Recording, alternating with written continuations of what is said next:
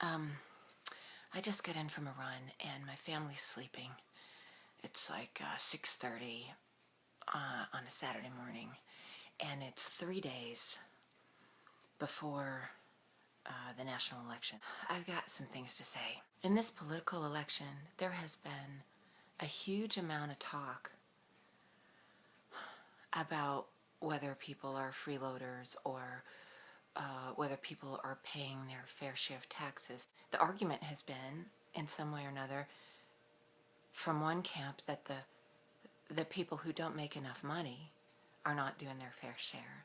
And the other side is saying, yeah, well, the people, the corporations especially, who want to be called people, are making so much money and sheltering it in tax havens in the Cayman Islands, and they're not paying their fair share. So we're disbanding. We're disbanding into two warring tribal factions who want to point their spears at each other and go for the kill. And it's not good for our country. We're one country. We don't all have to think alike. We don't all have to agree on everything. We don't want to have civil war going on all these levels. It's destructive. It's hurtful. And the thing is, it doesn't help, actually. If it worked, well, then maybe we would need to have a fight over it. But it doesn't work. It wastes all our energy and all our time. It reminds me of this story. In my version, I tell it as Anderson Cooper wants to really find out the story. Or it could be Rush Limbaugh, whoever it is, right? Whoever your person is, wants to find out the story about heaven and hell.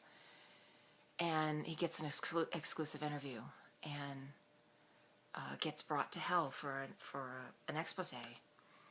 And when he's in hell, what he sees is this really long table filled endlessly with humanity. On the table is all the food that anyone could ever want. And everyone around the table is starving because the fork that they hold in their hand, that's attached to their hand, the only thing they can eat with, is twice as long as their arm. And they are trying so hard to get that food into their mouths, and they cannot do it because it's too long. And no matter how they try, they just starve and starve for eternity. And he gets brought to his expose of heaven, and it's the exact same setting. All the food that they could want, endless rows of humanity at the table, fork twice as long as their arm, and they're all happy and content. And it's because they're feeding each other. Our society isn't like that. We don't simply just feed each other. We also take care of ourselves. That's the real life situation, right? Is you feed yourself with one hand and you feed your neighbor with another. But the thing that really bothers me about this whole conversation is that when, say, our neighbor is sick or injured or has lost their job or is in grief for some reason, we don't reach out to each other as human beings because we have to. Really, it's not even because it's the right thing to do. Nobody ever goes around doing things because it's the right thing to do. We're a species that actually gets a lot of joy and pleasure and satisfaction out of giving. No one's talking about this. We don't give to each other because we must. We give to each other because we must from the inside. It's part of how we're built. We would never say to someone who is under the rubble of a disaster, well, pull yourself up by your bootstraps, fella. We'd never say, how come you're just laying around waiting for help?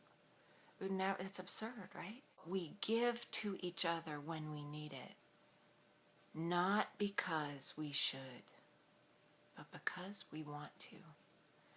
Now, if you personally aren't really sure you agree with me, then I would suggest that maybe you haven't given in a little while. In my little business, I have a startup business. It's only 3 years old. And October was the month that we had our first sale 3 years ago. And so this past October, this is why we give to each other. We have to make sure that everyone has got the basics of what they need so that we can all flourish. And someone out there is going to say that I'm arguing for a socialist society. I'm not. I'm not saying that the only thing that matters is what's together. I'm saying it's a balance between me and my family, you and your family, and what we do together on the playground, and what we do together at the school, and what we do together at town hall, and what we do together in the marketplace, and how we keep our streets safe and clean, and how we get the mail delivered, and all the things that we do together to make choices together. And most importantly, I just want to say that we help each other out not because we have to, but because we want to. Let's have that conversation. As I have every year, both years since, we've celebrated by giving some money away. This year, we were able to give away $145. That sounds so pathetic, really, it sounds so small. But it's not small to the orphanage in Haiti. And my dream is that we'll get to the point where some year it'll be 145,000. Maybe some year it'll be 145 million, because it feels really good to give. If you've forgotten what it's like to give, try it today. Just go give something. $5. Go give it and see what happens. See how you feel. Give it to someone that isn't expecting anything or asking for anything, just out of the blue. You put it in somebody's book, someone book when they're not looking, some book they're reading, just slide it in their book and walk away. Do something randomly that's giving and see how good you feel. This is the level of conversation that I wish we were having in our country, which is not finger pointing and blaming for wanting to give to the wrong people. I don't care what side of the political spectrum we're on. I can't stand this conversation anymore. Let's talk about how important it is to look out for each other,